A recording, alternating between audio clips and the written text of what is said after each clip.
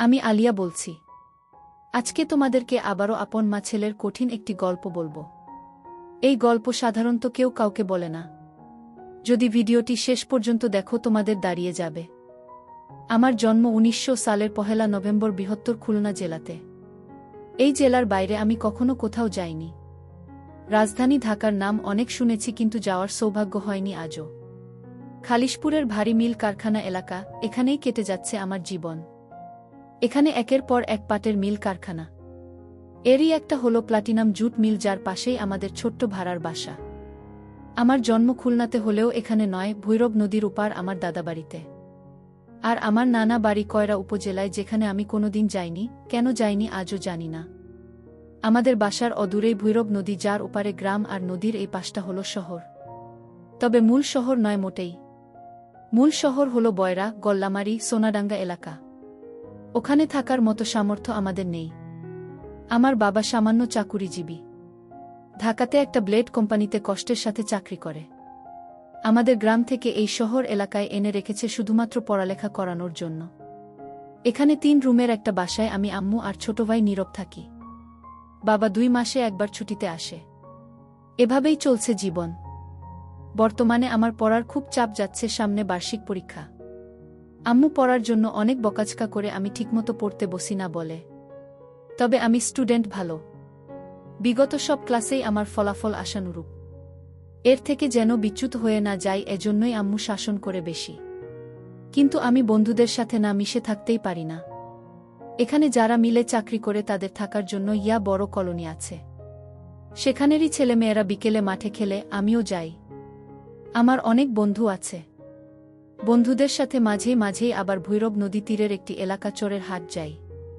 ওখানে যেতে খুব ভালো লাগে আমার। কি সুন্দর নির্মল নদীর পাড়ের সবুজ ঘাস আর নারিকেল গাছের সারি। আমার সবচেয়ে কাছের বন্ধু নাদিম। ওর সাথেই চরের হাট বেশি যাওয়া হয়। হঠাৎ করেই নদীতে দেখতে পাওয়া যায় বড় সাইজের লঞ্চ যাচ্ছে। অবাক হয়ে তাকিয়ে দেখি ২ বন্ধু।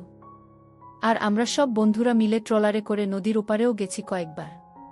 শুনেছি ওপারে নাকি সেই পাড়া আছে। স্কুলের 10-এর বড় ভাইয়েরা বলাবলি করে। এসব নিষিদ্ধ কথা শুনলে আমার প্রচণ্ড কৌতূহল হয়। নাদিম, ফজলু, মিশু, সলিল সবার সাথেই এসব বিষয়ে কথা হয়, বিশেষ করে আমরা ৫ জন যখন একসাথে হই।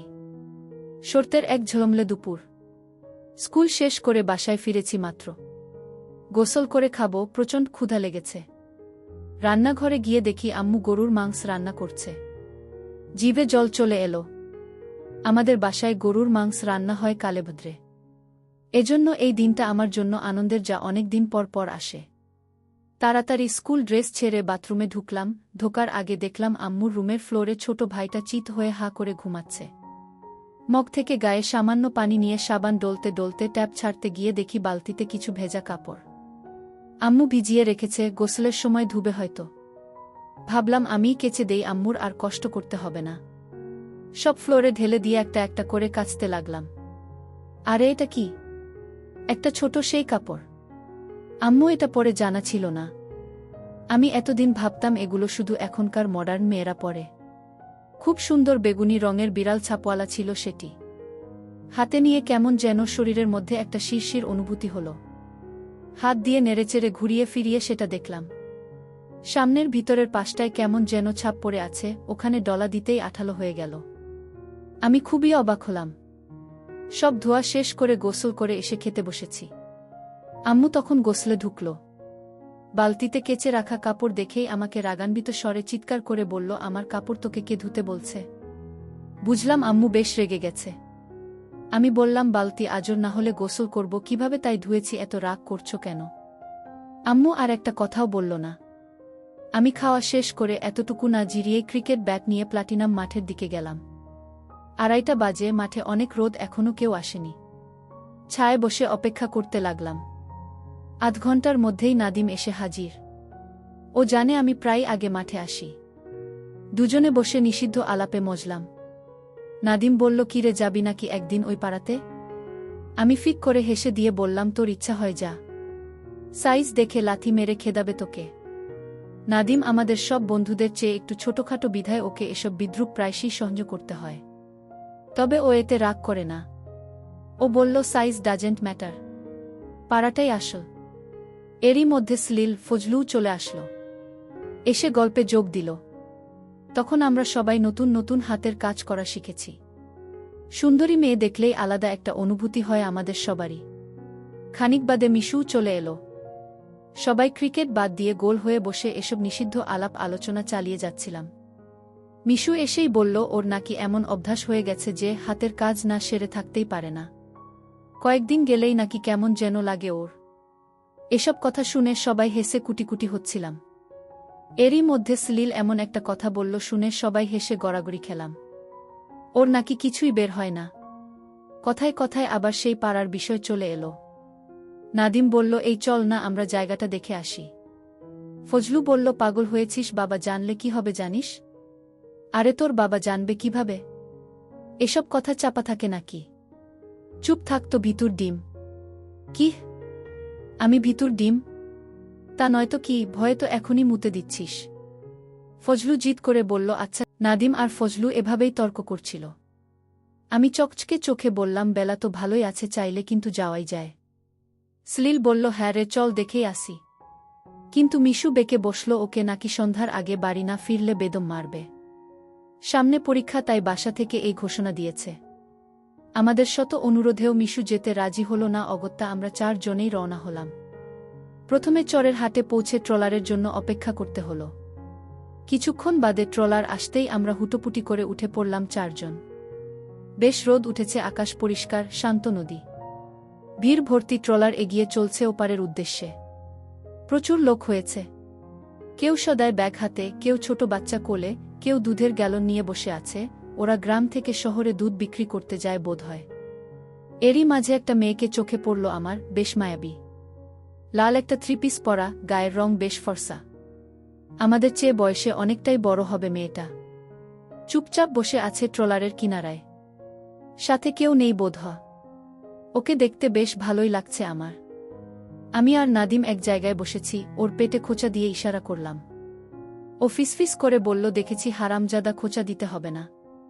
ওই পাশে সলিল আর ফজলুও দেখলাম ঘাড় ঘুরিয়ে মেয়েটাকেই দেখছে। আসলেই সুন্দর মেয়েটা। কমবেশি সবাই তাকে চোখ দিয়ে গিলে খাচ্ছে। প্রচণ্ড শব্দ করে পানি কেটে ট্রলার এগিয়ে চলছে। মিশমিশে কালো লুঙ্গি পরা একটা লোক হাল ধরে বসে আছে। ভাড়া 2 টাকা করে। আমরা 3 জন টাকা দিলেও ফজলু বলল ওর কাছে নাকি কোনো টাকাই নেই। অগত্যা ফজলুর ভাড়ার টাকাটা সলিল দিয়ে দিল। ভৈরব নদী বেশি প্রশস্ত নয়, তাই খুব তাড়াতাড়ি পার হয়ে যাওয়া যায়। কিছুক্ষণের মধ্যেই ট্রলার কিনারায় ভিড়ল। আমরা নেমে পড়লাম। সবার সাথে সাথে মেয়েটাও নামল। ঘাট থেকে উঠে 2 পাশে ধানের ক্ষেত, মাঝখান দিয়ে ইট বাঁধানো রাস্তা, সামনে চলে গেছে। বাড়িঘর তেমন একটা নেই। এখানে আমরা আগেও এসেছি, কিন্তু এর সামনে আর যাওয়া হয়নি। আর সেই অজানা পাড়াটাও যে কোথায় তাও জানি না। আন্দাজের উপর ভর করে চলে আসাটা উচিত হলো কি না কে জানে। ফজলুকে বললাম, চলে তো আসলাম, এখন চিনব কি করে? ফজলু বলল, কাউকে জিজ্ঞেস করতে হবে। কি বলে জিজ্ঞেস করবি? ওই পাড়াটা কোথায় একটু বলবেন? ফজলু আমার দিকে চোখ পাকিয়ে তাকালো। সলিল বলল, চল চল, আমি চিনব, ট্রেনের রকি ভাইয়ের কাছে শুনেছি। এগুতে থাক, পেয়ে যাব। লোক লোকারণ্য একদম কমে গেছে। রাস্তায় লোক বলতে আমরা এই 4 জনই। আমরা গুটি গুটি পায়ে এগিয়ে চলছি। মাঝে মাঝে 2-1টা ভ্যান যাচ্ছে। গ্রামের এদিকটায় ভ্যান চলে, আমাদের শহরে আবার রিকশার প্রচলন। নাদিম বলে উঠল, যাই বলিস না কেন, নৌকার ওই মেয়েটা কিন্তু ঝাক্কাস ছিল। ফজলু আরও কিছু খারাপ কথা বলল। ওর কথা শুনে আমরা সবাই হেসে উঠলাম। এভাবে হাসতে হাসতে আমরা 4 বন্ধু এগোতে থাকলাম। এদিকটায় রাস্তার 2 ধারে চমৎকার কাশফুল, বাবলা গাছের সারি আর চারিদিকে সবুজ ধানে ভরা ক্ষেত। আর রাস্তাটা এখন ইট পার করে মাটির হয়ে গেছে। ধুলোয় ভরা রাস্তায় পা ডুবিয়ে হাঁটতে ভালোই লাগছিল আমাদের। এখন রোদ অনেক কমে এসেছে, সূর্যটা ধীরে ধীরে পশ্চিম আকাশে নুয়ে পড়ছে। পরিবেশটা খুব চমৎকার লাগছিল, মুগ্ধ হয়ে উপভোগ করছিলাম আমরা। নিঃসন্দেহে এখানের জনজীবন আমাদের শহরের থেকে অনেক ভালো এবং আরামের। এই গ্রাম শস্যশ্যামলা প্রকৃতি আমাদের দেশের আসল রূপ। শহরের ভদ্র লোকেরা আসলে খোলস পরিবর্তন করে ঘুরে বেড়ায়। আমাদের গ্রামও এই অঞ্চলেই, তবে এদিকটায় নয়, অন্য পাশে। সেখানে খুব কম যাওয়া হয়েছে আমার। জীবনটা কেটে গেল প্লাটিনাম মিলের পাশেই। গ্রাম জায়গাটা কেন জানি না খুব কাছে টানে আমাকে। এজন্যই বোধহয় এত ভালো লাগছিল। আনুমানিক প্রায় ৫ কিলোমিটার হাঁটার পর সলিল বলল, এবার বামে যেতে হবে। বামে কিছু দূর যাওয়ার পরেই মেহেগনি গাছে ঘেরা একটা লম্বা টিনের ঘর চোখে পড়ল। সলিল বলল, এটাই। শুনে আমাদের সবার বুক ধুকপুক করে উঠল। শরৎকাল, বেলা ভালোই বড়। 6:45 সন্ধ্যা হয়। সন্ধ্যা হতে এখনো অনেক দেরি, তবে ফিরে যেতে যেতে সন্ধ্যা হয়ে যাবে। মাটির রাস্তার পাশে অনেক লম্বা করে বানানো টিনের ঘরটা। ঘরের পিছনটা রাস্তার দিকে, পাশ দিয়ে ঢুকে সম্মুখে যেতে হবে। আশেপাশে অন্য কোনো বাড়িঘর নেই বললেই চলে। ধানক্ষেতের মধ্যে অদ্ভুত লাগছে বাড়িটাকে। এটাই তাহলে সেই বিখ্যাত পাড়া। আমরা ওখানে দাঁড়িয়েই সিদ্ধান্ত নিলাম, এসেছি যখন ভিতরে যাব, পর্যাপ্ত টাকা হলেই কাজও মিটিয়ে আসতে পারব নিশ্চয়ই। ফজলু বলল, দেখ, ভিতরে যাওয়ার দরকার নাই, গোলমাল হবে, আমরা এখনই ফিরে যাই। নাদিম বলল, কিছু না দেখেই ফিরে যাব নাকি? ফজলু বলল, তোর সাথে জিদ করে আমার আসাই উচিত হয়নি, বাবা জানলে শেষ করে ফেলবে আমাকে। ফজলু বাদে যার কাছে যা টাকা আছে সব এক জায়গা করলাম। 30 টাকা হলো, যার মধ্যে সলিলেরই 5 টাকা। ওর বাবা সরকারি চাকরি করে, তাই ওর কাছে বরাবরই টাকা বেশি থাকে, আর ওর মনও ভালো কিপন না। আমি লম্বা বিধায় আমাকে সবার চেয়ে বড় দেখায়, আমাকে ওরা আগে থাকতে বলল। আর ফজলু গাট্টা গোট্টা, শরীরের ফিটনেস ভালো, তবে ওর মাথায় বুদ্ধি কম আর ভিতর ডিম। ওর বাবার ভয়ে সারাক্ষণ অসাড় হয়ে থাকে। ওকে কম কথা বলতে বলল নাদিম। আর নাদিম খাটো সাইজের, আগেই বলেছি, আর উপস্থিত বুদ্ধি বেশি। সলিল হ্যাংলা মাঝারি, সেও ক্রিটিক্যাল সিচুয়েশনে ট্যাকল দিতে পারে। আমি নিজের উপর কেন জানি না আত্মবিশ্বাস পাচ্ছি না, মন কুডাক ডাকছে। বারবার মনে হচ্ছে কোনো অঘটন ঘটবে আজ। সব জল্পকল্পনার শেষ মুহূর্তে এসে আমিও বললাম, থাক, যেতে হবে না রে, তোদের নিয়ে আসাই উচিত হয়নি, চল বাড়ি যেয়ে হাতের কাজ করিস বলে উঠ। আমি ওর কথায় অপমানিত হয়ে চোয়াল শক্ত করে ভিতরের দিকে হাঁটা দিলাম। দেখি ছোট একটা টিনের গেট ধাক্কা দিতেই বুড়ো এক লোক পান চিবোতে চিবোতে মাথা বের করে বলল, কি বাবুরা, এখানে কি চাই? আমি একটা শক খেলাম, বাবু বলে সম্বোধন করছে মানে আমরা আসলে অনেক ছোট। ফাটা বেলুনের মতো চুপসে গেলাম আমি। সলিল সাহায্য করল, বলল, কাকা, ম্যানেজার সাব কই? তার সাথে দেখা করতে চাই আমরা, ভিতরে যেতে দেন। আমাদের রকি ভাই পাঠিয়েছে। কাকা আমাদের সন্দেহের দৃষ্টিতে আপাদমস্তক দেখে ভিতরে ঢুকতে দিল। ঢুকে দেখি বড় একটা উঠোন, সেখানে অনেক মেয়েরা, মহিলারা নানা রকমের কাজকর্ম করছে। কিছু মেয়ে গোল হয়ে বসে একে অপরের উকুন মেরে দিচ্ছে, কেউ কাউকে চুলে তেল দিয়ে দিচ্ছে, কেউ সবজি কুটছে। ঘরের দিকটা বাদে বাকি 3 দিকেই টিন দিয়ে বেড়া দেওয়া, আর ঘরে পাশাপাশি একটার পর একটা রুম। বুঝলাম এখানেই অপকর্ম চলে। আমাদের দেখেই যে যেখানে আছে সেখান থেকেই গেটের বুড়োর মতো সন্দেহের দৃষ্টিতে ঘুরে তাকালো। সবজি কাটছে যে মেয়েটা, সে আমাদের উদ্দেশ্য করে বলল, কি হে ছেলে ছোকরারা, এখানে কি? নাদিম বলল, তেমন কিছু না আপা, ম্যানেজার সাহেবের সাথে একটু জরুরি কথা ছিল। মেয়েটি একটু গলা নিচু করে বলল, আমাদের ম্যানেজার সাহেব তেমন ভালো লোক না, তোমরা এখান থেকে চলে যাও। ওর কথা কানে না নিয়ে আমরা এক জায়গায় দাঁড়িয়ে অবাক হয়ে দেখছিলাম চারিদিক। কয়েকটা বন্ধ দরজার উপাস থেকে খুব আস্তে মেয়েলি কণ্ঠের শীতকারের আওয়াজ ভেসে আসছে। বুঝলাম ভিতরে খদ্দেরেরা তাদের কাজ হাসিল করছে। তখনই আমরা ভূত দেখার মতো চমকে উঠলাম। বন্ধ একটা রুমের দরজা খুলে বেরিয়ে এলো ট্রলারে থাকা সেই লাল জামা পরা মেয়েটি। আমাদের এত আগে চলে আসলো কিভাবে বুঝলাম না, ব্যানে এসেছিল বোধ হয়। সেও আমাদের দেখে চমকে উঠল। মেয়েটি আমাদের কাছে এসে বলল, কি গো বাছারা, তোমরা এখানে কেন? এক্ষুনি চলে যাও বলছি, না হলে বিপদ হবে, জায়গাটা অত ভালো নয় গো। আমরা একটু মোড়ামুড়ি করছিলাম, তখনই কালো সানগ্লাস পরা, চুল বড়, ফর্সা একটা লোক ভিতরের ঘর থেকে বেরিয়ে এসে আমাদের সামনে দাঁড়ালো। তারপর বলল, শিউলি, তুই তোর কাজ কর। ওই মেয়েটার নাম তাহলে শিউলি। সে মুখ শুকনো করে ঘরের লম্বা বারান্দা ধরে হাঁটতে হাঁটতে দূরে চলে গেল। সলিল বলল, আপনি কি ম্যানেজার নাকি? লোকটি বলল, হ্যাঁ, কি দরকার তোমাদের? এখানে কিভাবে এসেছ? সলিল উত্তর করল, আমাদের রকি ভাই পাঠিয়েছে এখানে, আমরা সময় পার করতে চাই। রকি আবার কোনো আহাম্মক? আচ্ছা আসো তোমরা, বলেই একটা রুমে আমাদের 4 জনকে নিয়ে গেল। সেখানে একটা খাট, টেবিল আর একটা চেয়ার। টেবিলে কিছু মেয়েলি সাজগোজের সরঞ্জাম। আমরা 4 জন খাটে বসলাম, আর লোকটা চেয়ার টেনে আমাদের মুখোমুখি বসল। ফজলুর মুখটা কেমন যেন ফ্যাকাশে হয়ে গেছে। আলো পড়ে আসছে পশ্চিম আকাশে। নাদিম কেমন যেন চিন্তিত। আর আমার মন কুডাক ডাকছে, বাড়ি ফেরার তাগিদ অনুভব করছি ভিতরে ভিতরে। লোকটা ডাইরেক্ট বলল, ভালো ভালো মেয়ে আছে আমার কাছে, তোমরা কিতা চাও? বলেই কাষ্ঠ হাসি হাসল। আমরা সবাই ভয় পেয়ে গেলাম। বললাম, আমরা তাহলে যাই, অন্য একদিন আসব। বলল, আরে এত তারা কিসের? তারপর একে একে আমাদের নাম, পরিচয়, কোথায় থাকি, বাবারা কি করে সব শুনল। সন্ধ্যা নেমে এসেছে, অন্ধকার হয়ে যাচ্ছে চারিদিক। মাগরিবের আজানের সুর ভেসে আসছে দূর কোনো এক জায়গা হতে। এবার আমরা সত্যি সত্যি অনেক ভয় পেয়ে গেলাম। বাড়ি ফিরতে রাত হয়ে যাবে, নৌকা পাই কিনা তারও ঠিক নাই। আর এই লোকটার মতিগতি মোটেও ভালো ঠেকছে না। লোকটা বাতি জ্বেলে দিল রুমে, তখনই শিউলি মেয়েটা রুমের সামনে এসে বলল, কি গো বদি ভাই, এদের এখনও যাইতে দেও নাই? শিউলির মুখটাও কেমন যেন পুড়ে আছে, সেও কেন জানি চিন্তিত। বদি চড়া সুরে বলল, এদের যেতে দেব না রে, আটকে রেখে বাড়ি ফোন করতে হবে, মোটা অঙ্কের টাকা পাওয়া যাবে। শুনে আমরা চমকে উঠলাম। সবাই একসাথে বলে উঠলাম, কি বলছেন এসব? আমরা কি করেছি? বদি বলল, কিছু করিস নাই, তবে বদির আস্থা নাই, যেহেতু ঢুকছিস সেহেতু মাসুল তো দিতেই হবে। তোদের মতো বাছুরদের এখানে কি, ওগুলো বেশি বড় হয়ে গেছে নাকি? নাদিম আমার দিকে তাকালো, ও দৌড়ে পালানোর ইঙ্গিত দিচ্ছে, চোখ দেখেই বুঝলাম আমি। ফজলু ভয়ে সাদা হয়ে গেছে, সলিল ভ্রু কুচকে তাকিয়ে আছে। আমি নাদিমকে বাদ সাধলাম। আসলে শুধু দৌড় দিলেই হবে না, সেই টিনের গেটটা কি আটকানো নাকি খোলা কে জানে, পরে হিতে বিপরীত হবে। বদি আমাদের চোখাচুকি দেখে মনে হয় কিছু বুঝতে পেরেছে। রুম থেকে বের হয়ে খটাং করে দরজা আটকে ছিটকিনি টেনে দিয়ে বলল, ৭ নাম্বার রুম থেকে তালা নিয়ে আয় তো শিউলি। পোলাগে আগে আটকাই, পরে বাড়ি ফোন করলে ভালো টাকা পাওয়া যাবে। এই ৪ জনের বাড়ি থেকে অন্তত ৪ লাখ নিব বলে হে হে করে হেসে উঠল বদি। তারপর তালা আটকে দিয়ে চাবি শিউলিকে দিয়ে বলল, চাবিটা রাখ, আর এই দরজা খোলার চেষ্টা করিস না যেন। আমরা বুঝলাম বদি শিউলিকে এভাবে বললেও সে তাকে বিশ্বাস করে, না হলে চাবি দিত না। বদি বলল, আর শোন, সব মেয়েগুলারে পরিষ্কার হয়ে রুমে থাকতে বল, বড় কাস্টমাররা আসতে শুরু করবে এখনই। আমি ফোনে টাকা ভরতে গেলাম, আসতে ঘণ্টাখানেক লাগবে। আমরা রুমের মধ্যে একে অপরের মুখ চাওয়াচাওয়ি করতে লাগলাম।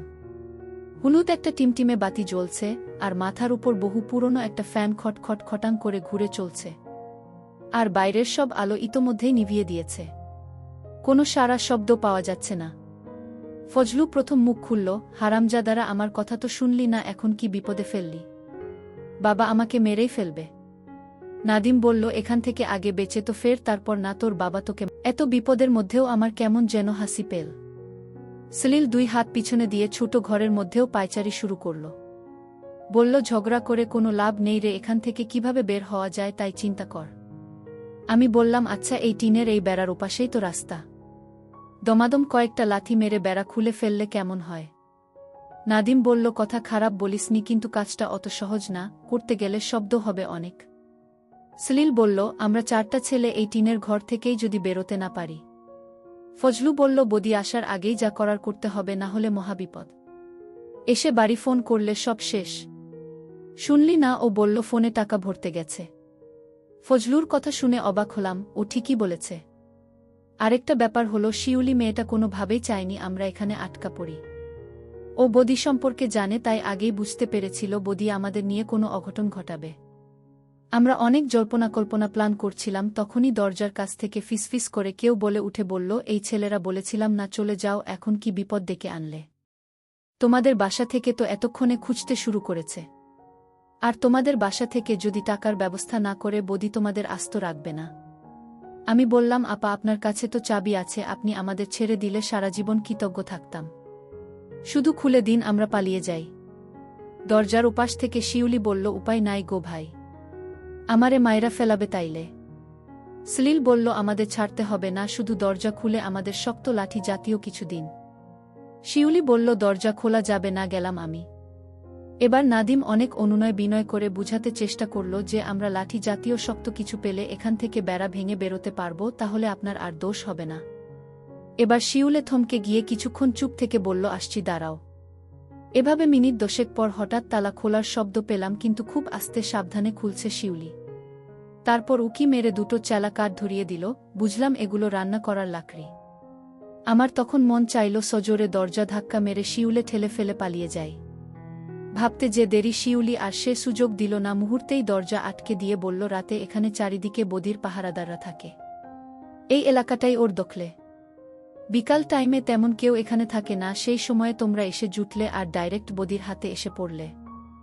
দারোয়ানের আগে অন্য কারো হাতে পড়লে তারা হয়তো এখানে ঢুকতেই দিত না, বিপদেও পড়তে না। যাই হোক, তোমরা এখান থেকে পালাতে পারবে না, বরং বিপদ বাড়বে।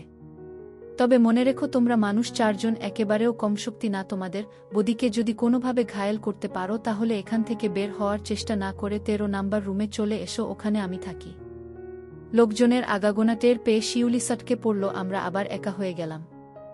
আমি বললাম, শোন, এই ঘরের পিছন পাশটা ভাঙলেই রাস্তা, কিন্তু ভাঙতে গেলে প্রচণ্ড শব্দ হবে, সবাই টের পেয়ে আমাদের ধরে ফেলবে। আর যদি ডান বামের বেড়া দুটো ভাঙি তাহলে এই ঘরেরই অন্য রুমে যাব। সেখানে যেয়ে খুব একটা লাভ হবে না, ওই রুমগুলো বাইরে থেকে ছিটকিনি আটকানো, তখন দেখলি না। আর যদি দরজার ছিটকিনি 4 মেরে ভাঙি বা বল প্রয়োগ করে খুলি তাহলে বের হতে পারবো ঠিকই, কিন্তু এরপরে টিনের সেই গেটে তালা দেওয়া এবং সার্বক্ষণিক লোক আছে।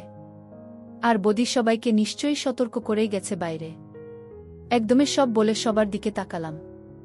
নাদিম বলল, কি করব ভেবে পাচ্ছি না রে, বদির বাচ্চা এসে বাসায় ফোন করলে ভারী বিপদ হয়ে যাবে।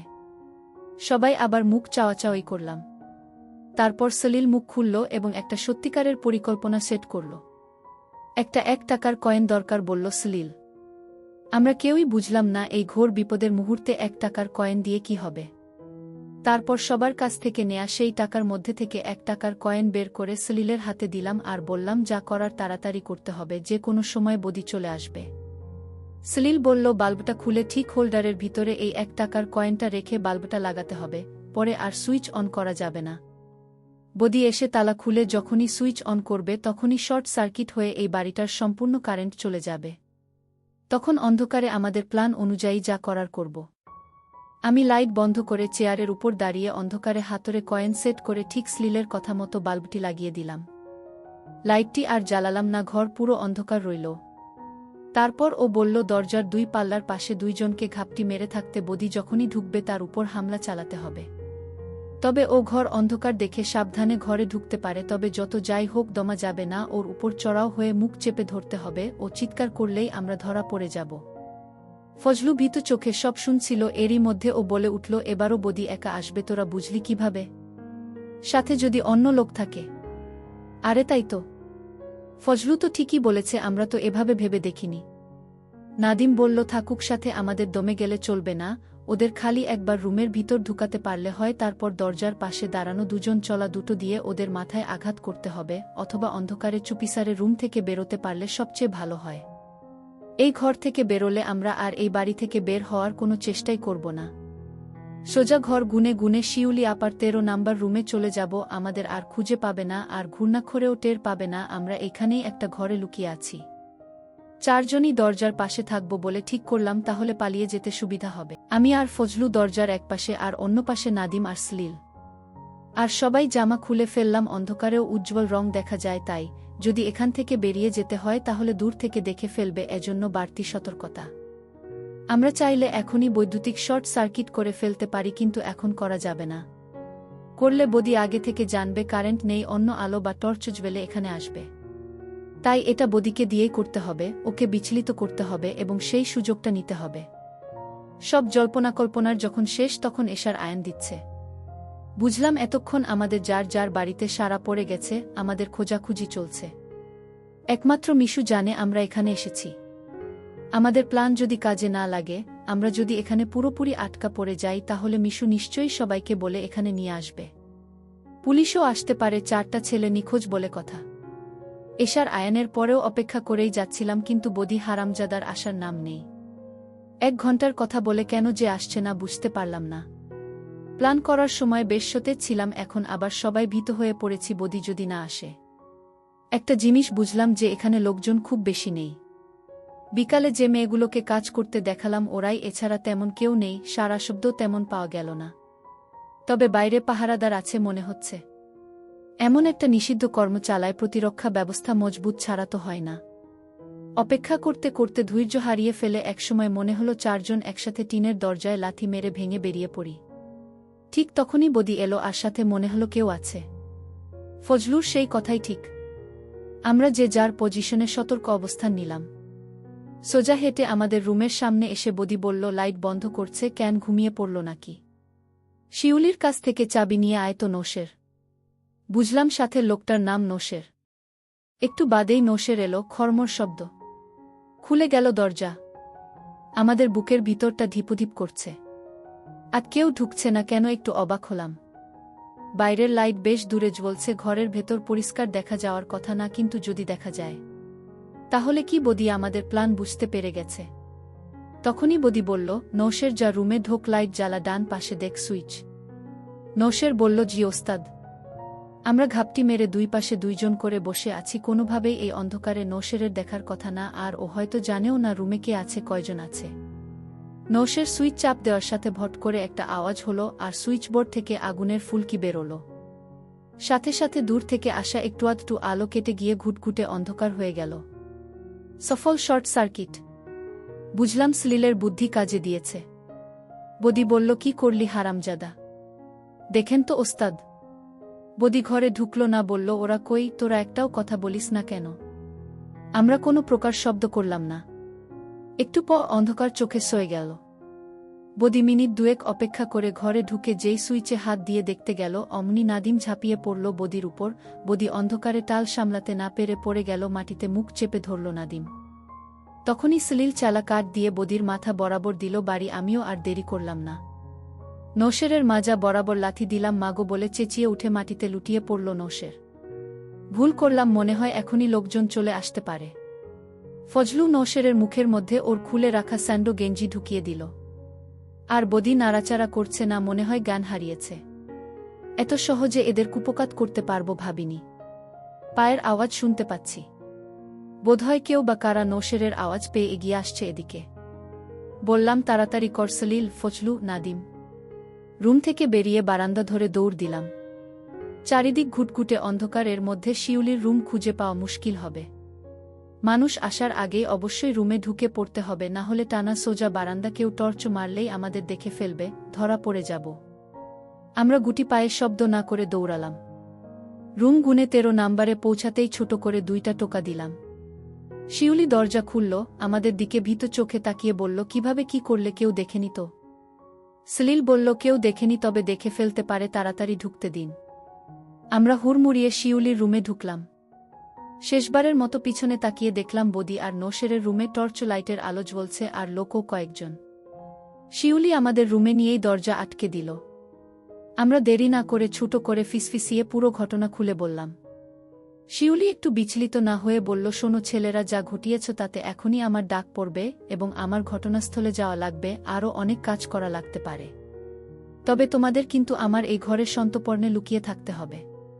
এতক্ষণে বদির সাগরেদরা তোমাদের খোঁজাখুঁজি শুরু করে দিয়েছে নিশ্চয়ই। সব রুমেও আসবে হয়তো। আমরা ঘুটঘুটে অন্ধকার রুমে কানখাড়া করে শিউলির সব কথা শুনে বললাম, তাহলে উপায়? আমরা লুকাব কোথায়? কট করে একটা শব্দ হলো, আর শিউলির হাতের ভিতরে ছোট্ট একটা সাদা আলো জ্বলে উঠল, একটা গ্যাসলাইটারের পিছন সাইডের ছোট্ট টর্চ লাইট। আলো উপরের দিক মেরে রেখেছে বিধায় সবাইকে দেখলাম। শিউলিকে এই অল্প আলোতে খুব দারুণ দেখাচ্ছে, মনে হচ্ছে কোনো পরী। ওর চোখ চকচক করছে। আমরা সবাই তাকিয়ে আছি ওর দিকে। শিউলি বলল, সবগুলো খাটের নিচে ঢুকে পড়ো। তাকিয়ে খাট দেখলাম, এটা বেশ বড় একটা ডাবল বেড। 4 জনে অনায়াসে নিচে শুয়ে থাকতে পারব। স্যান্ডেল খুলে খাটের নিচে ঠেলে দিয়ে একে একে ঢুকে পড়তে লাগল। সবশেষ যখন ফজলু ঢুকবে তখনই শব্দটা হলো। দরজায় দরাম দরাম ঘাই। এ শিউলি, বের হ তাড়াতাড়ি, বদি ভাই অজ্ঞান। ভয়ে আমার কলিজা কেঁপে উঠল। ফজলুকে ধরে টেনে খাটের নিচে নিয়ে আসলাম। শিউলি খাটের চাদর খানিকটা টেনে নামিয়ে দিল যাতে নিচটা একটুও দেখা না যায়। তারপর দরজা খুলে এখানে আসা লোকটাকে বলল, কিভাবে কি বলে হন্তদন্ত হওয়ার ভান করে বাইরে থেকে দরজায় তালা মেরে দিয়ে বেরিয়ে গেল। বুঝলাম শিউলি যথেষ্ট বুদ্ধিমতী। সে তালা দিতে ভোলেনি যাতে তার অনুপস্থিতিতে এই রুমে কেউ ঢুকতে না পারে, আমরা যাতে ধরা না পড়ে যাই। শিউলি যতক্ষণ বাইরে ততক্ষণ আমাদের আর তেমন বিপদ নেই ভেবে ভালোই লাগছে। কারণ বাইরে তালা দেখলে কেউ ঢোকার বাসনা পোষণ করবে না। আর এখানের সবাই নিশ্চয়ই জানে যে এটা শিউলির রুম। আমরা খাটের তলায় চিত হয়ে শুয়ে পুরো দিনের ঘটনাটা ফিসফিস করে আলোচনা শুরু করলাম। ফজলু বলল, এতক্ষণে সবার বাসায় খোঁজাখুঁজি লেগে গেছে, কি হবে কে জানে, কেন যে আসতে গেছিলাম এখানে, আর এখান থেকে আদৌ বেরতে পারবো কিনা কে জানে। নাদিম ফজলুকে অভয় দিয়ে বলল, অত চিন্তা করিস না, এতখানি পেরেছি, বাকিটুকুও পারব। আর বাড়ির ব্যাপারটা মিশু তো সব জানে, ও তো রয়েছেই। সবার গার্ডিয়ান, আগে ওর কাছেই যাবে আমাদের খোঁজে। ও নিশ্চয়ই বলবে আমরা এইদিকে এসেছিলাম। এই পাড়ার কথা মিশু বলবে না, শিওর থাক। আর পুলিশের সাহায্য নিয়ে আমাদের উদ্ধার করলে বলবো আমরা এদিকে ঘুরতে এসেছিলাম, বদি আমাদের তুলে নিয়ে এসেছে। সলিল বলল, বাড়ির কথা না হয় বুঝলাম, কিন্তু এখন এরা কি করে বলা যায় না যদি আমাদের খাটের তলা চেক করতে আসে। আমি বললাম, চাপ নিস না, শিউলি আছে আমাদের পক্ষে, ও ঠিক সামলে নেবে। আচ্ছা, আর একটা কথা বলতো, তুই যে বদি ভাইকে টেনের রকি ভাইয়ের পরিচয় দিলি, সে তো চিনল না। রকি ভাই বোধহয় তোর কাছে চাপা মেরেছে, না হলে বদি ভাই তো তাকে চিনত। সলিল বলল, হতে পারে, তবে গেটের বুড়ো শালা কিন্তু রকি ভাইয়ের পরিচয় দেওয়ার পর ঢুকতে দিয়েছে। আমি বললাম, বুড়ো কি ভাবতে, কি ভেবে ঢুকতে দিয়েছে তা কেবল ওই জানে। ওই শালা যদি ঢুকতে না দিত তবে এত বড় বিপদ হতো না। নানাবিধ গল্প করতে লাগলাম আমরা। দেখতে এসে কাজ করার পরিকল্পনা করে কি থেকে কি হয়ে গেল এসব কথার চর্চা করে যাচ্ছিলাম। এভাবে অনেক সময় পেরিয়ে গেছে, কয়টা বাজে জানি না। অন্ধকারে ঘড়ি দেখার উপায় নাই। খাটের তলায় গরম লাগছিল অনেক। শিউলির অপেক্ষা করতে করতে যখন অধৈর্য হয়ে গেলাম, তখনই রুমের তালা খোলার শব্দ হলো। আমরা ভীত হয়ে চুপ মেরে গেলাম। আর প্রচণ্ড বুক ধিপুনিপ করছিল। কেউ একজন রুমে ঢুকে আবার দরজা আটকে দিল। আমরা কথা বললাম না, শিউলি বাদে যদি অন্য কেউ হয়। গলা শুকিয়ে এসেছে কি কপালে আছে কে জানে। তারপর হঠাৎই বলে উঠল, ভয় নেই ছেলেরা, আমি শিউলি, আরেকটুখানি শুয়ে থাকো। আমাদের জানে পানি ফিরে এলো। বললাম, কেন, আরেকটু রেখে কি করবেন শুনি? জামা পাল্টাব, বলল শিউলি। শিউলি জামা পাল্টাবে শুনেই আমার সেই ট্রলারে বসে থাকা সময়টার কথা মনে পড়ল। কি সুন্দরী লাগছিল ওকে তখন। আমরা তারই রুমে ভেবেই শরীরে শিহরণ বয়ে গেল। বললাম, ওদিকটা কিভাবে সামলালেন?